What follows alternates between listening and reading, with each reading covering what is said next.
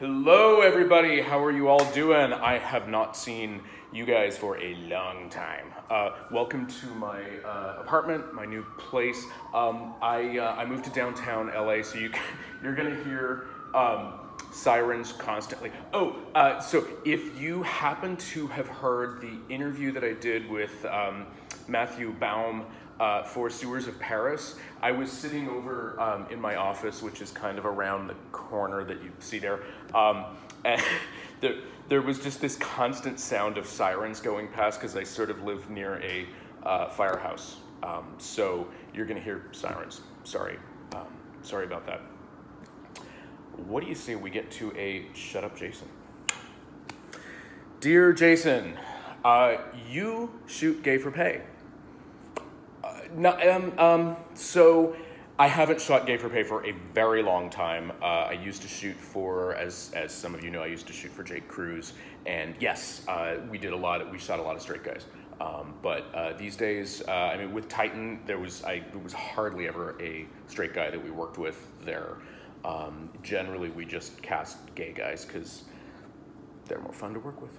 Usually, that's not even necessarily true. There's a lot, believe me, there's a lot of gay assholes out there. I'm kind of one of them, and sometimes.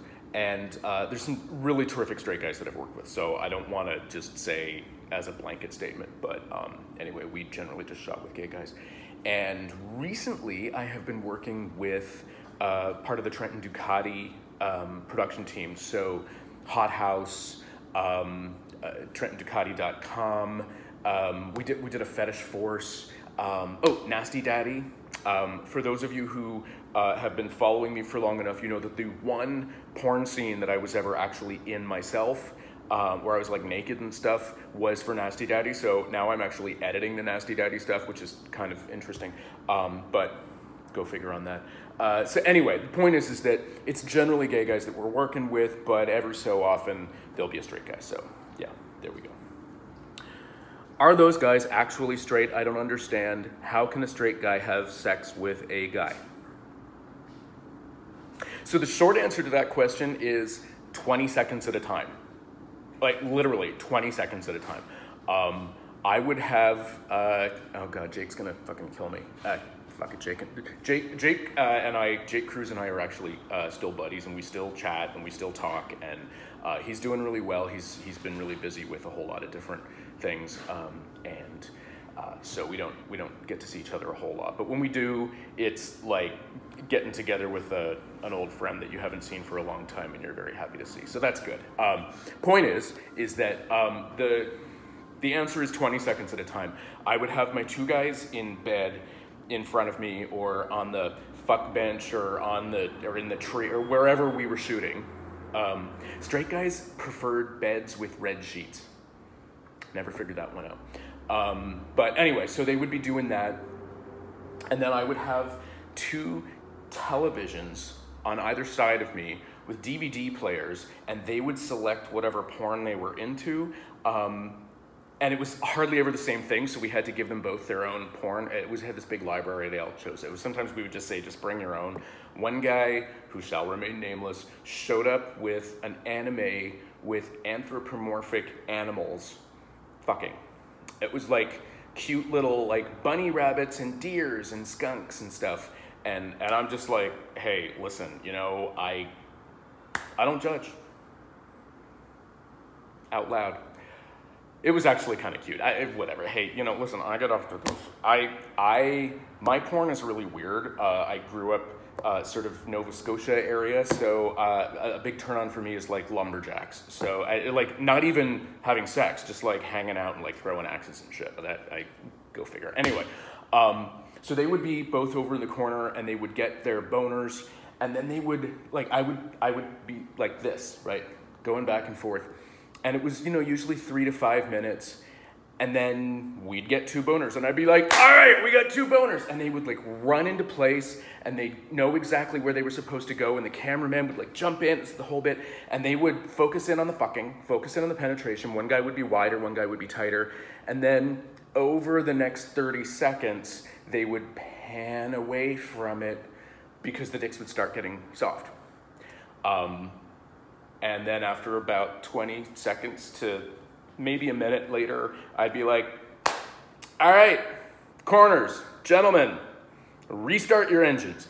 And they would go off and they would do that. So those scenes that would be playing out for like 20 minutes, 30 minutes, oh yeah, those things would take sometimes 6-7 hours to shoot. Generally, they would be shorter than that. But sometimes, oh yeah, they are just long because that's just how it works. And then it's all the magic of editing.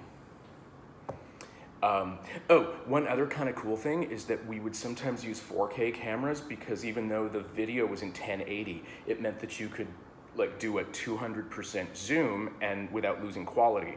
So you would be able to zoom in on this and run that, and then actually grab another part of that video and zoom in on that, and you could use the same shot twice.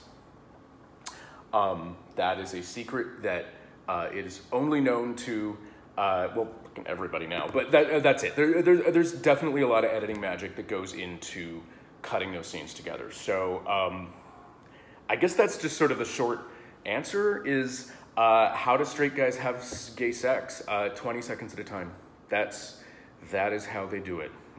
There you go, figure. Oh, but there are a few exceptions. There was a guy, oh God, what was that movie called? It was a Titan Men movie, Ricky something, and he did a scene with Eric Nero in a trailer park, and honestly, it's one of my favorite scenes that I ever shot. The first time I saw that trailer, I was like, oh my God, I gotta use this, and it took me a while to figure out how to properly light it because there was not really anywhere, the trees were all too big and everything, for me to figure out how to properly hang the scrim. And it wasn't until I got the proper rigging that I was actually able to do a completely vertical scrim.